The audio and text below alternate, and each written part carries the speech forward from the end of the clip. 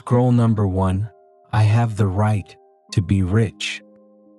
The man who wrote The Science of Getting Rich died before anyone knew his name.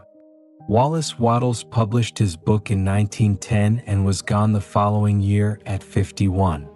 He never saw a single person change their life because of his words. He spent decades in near obscurity, writing books almost no one read while he was alive. He believed every word. He tested every principle on himself in poverty over 20 years before he put any of it in print. Did he fail? He finished what he started. He found the formula, wrote it down, and left it for someone else to carry forward. That someone is me. I carry it now. He did not need the world to see his work. He only needed to know it worked. I carry the same certainty. He wrote the permission I needed and never knew I would read it. He said wanting more is not greed. He said it is how life grows. The desire for riches is the desire for a richer, fuller, more complete life. And that desire is not a fault. It is not something to suppress or manage quietly. It is something to follow with full attention without apology. I'm not asking for too much. I have spent enough time believing that wanting more makes me selfish. That belief is wrong. The world taught it to me early and I accepted it without question. Now I set it down. I have the right to be rich. I used to believe wanting money was selfish. The message came from every direction. Be grateful for what you have. Stop asking for more. I accepted it without question, and I held my desire down because I thought that is what a good person does.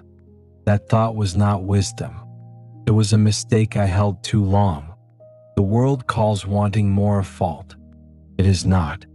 Wanting more is how life grows. A seed does not apologize for reaching toward the sun. Every living thing reaches toward more light, more room, more expression.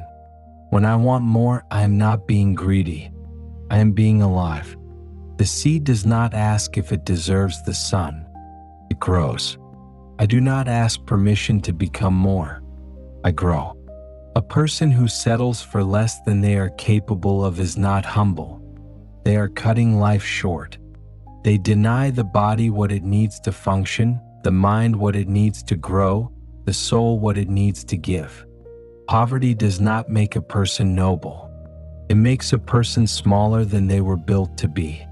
When I deny the desire, I do not become more spiritual.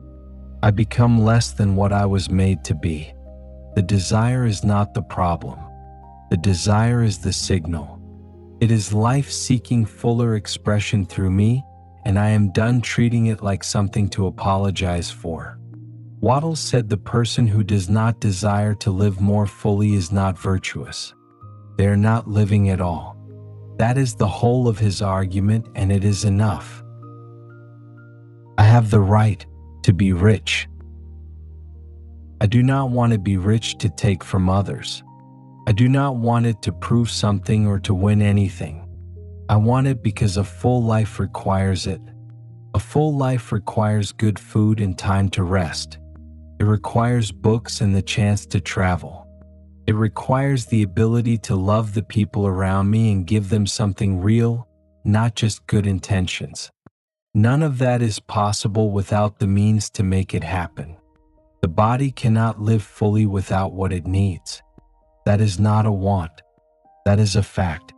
A person who cannot rest, who cannot eat well, who cannot move freely through the world, cannot give their best to anyone.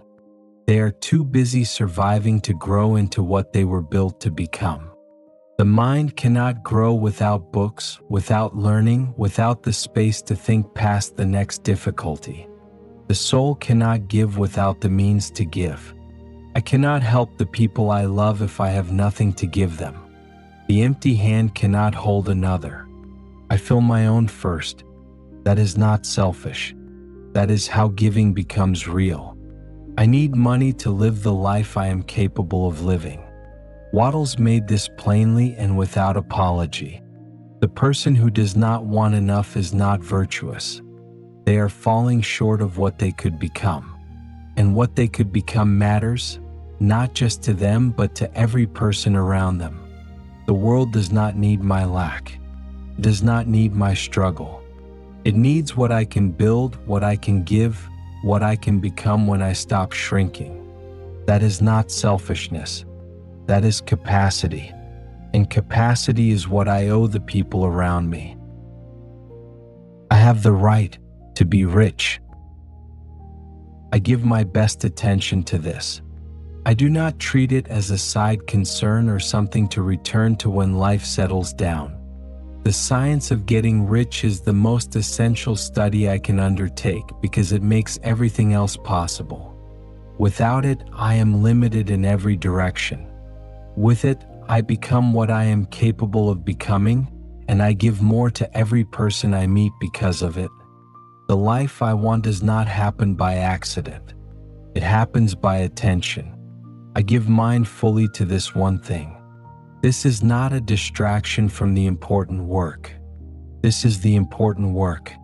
Every other thing I want to do, every person I want to help, every life I want to build, it all runs through this. I stop pretending otherwise. He wrote those pages in near poverty, with no guarantee anyone would ever read them.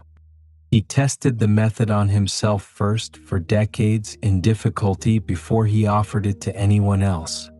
He wrote the permission I needed and never knew I would read it. That is the kind of faith that does not wait for results. That is the kind of work that keeps giving long after the hands that did it are gone.